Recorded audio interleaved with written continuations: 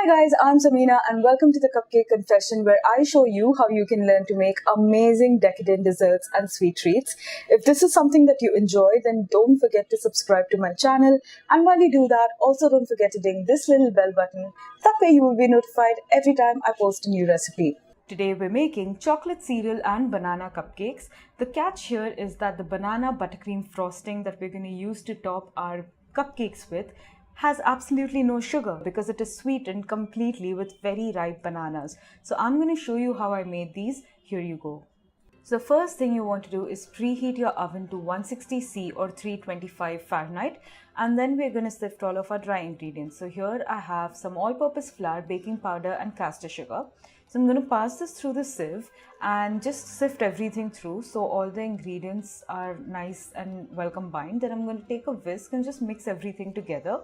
Once I have done that, it's time to add the rest of the ingredients. So we'll start by adding some salted butter, which is at room temperature, and on low speed using my electric beaters. I'm just going to beat this till the butter mixes well with the rest of the dry ingredients. This takes about 30 seconds to 1 minute. Make sure you don't increase the speed because that way the butter will just fly everywhere. Then you're going to add the egg. So this recipe just needs 1 egg. But if you double the recipe, then don't forget to add 1 egg at a time and then mix thoroughly before the next addition. I'm also going to add some vanilla extract. Once I've done that, then I'm going to start mixing this first on low speed until it's just well combined. And once it mixes together nicely, I'm going to increase the speed to medium. And here it's important to just keep beating it for several minutes. I like to do it for 2 to 3 minutes, scraping the sides and bottom of the bowl between each addition. You can see that the color of this batter has gone really pale. It has also changed its consistency and has become extremely fluffy.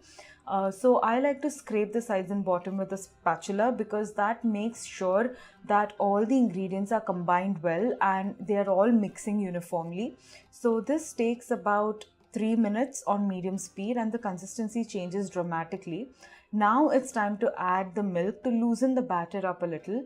So once I've added the milk, I'm just going to first mix this on very low speed because if you increase the speed from the get-go, the milk is just going to splatter everywhere. So once it has mixed with the rest of the batter, you increase the speed to medium and again you beat this for 2 minutes, scraping the sides and bottom of the bowl between after every minute, and that's how the batter looks. And now finally it's time to add our chocolate cereal, which I have ground in a food blender or a food processor.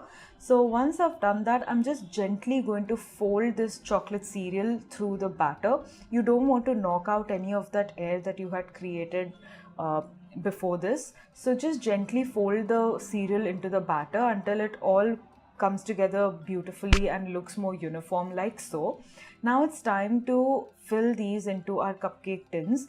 So I have a 12-hole muffin tin which I have lined with cupcake liners. I'm going to use an ice cream scoop and I'm going to scoop out a generous scoop of this cupcake batter into each of these liners, and this ensures that the batter is distributed uniformly in every cupcake.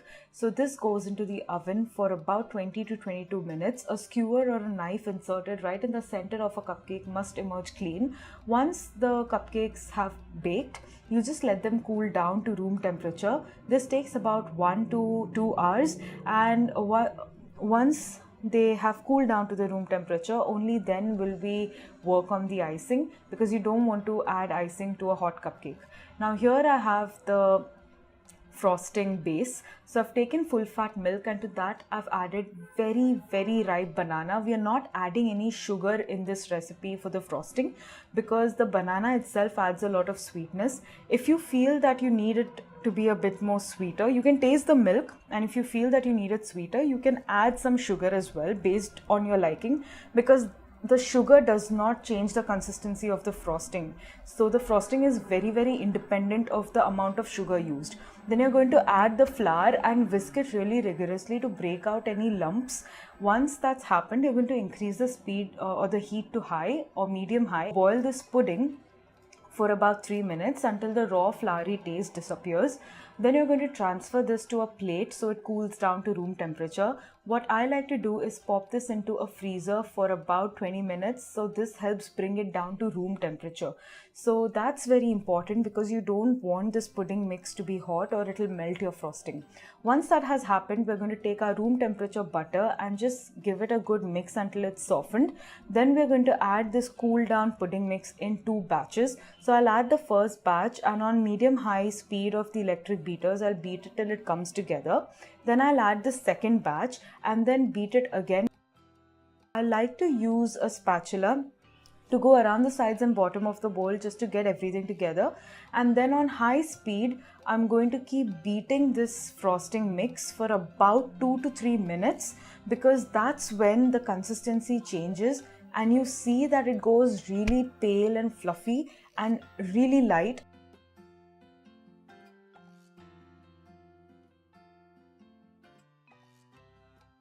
And it doesn't have any sugar in it as well. Now we'll add the food color to this. So I went for a nice turquoisey blue color because I just feel like it's one of my favorite colors and I think it goes really well with the chocolate cereal. But you can decide what color you want to color your frosting.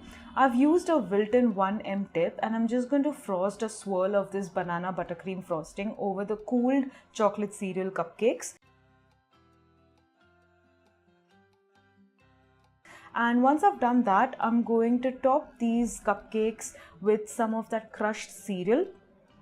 It's totally optional, but I think it adds a nice textural element when you top these with some of that chocolate cereal.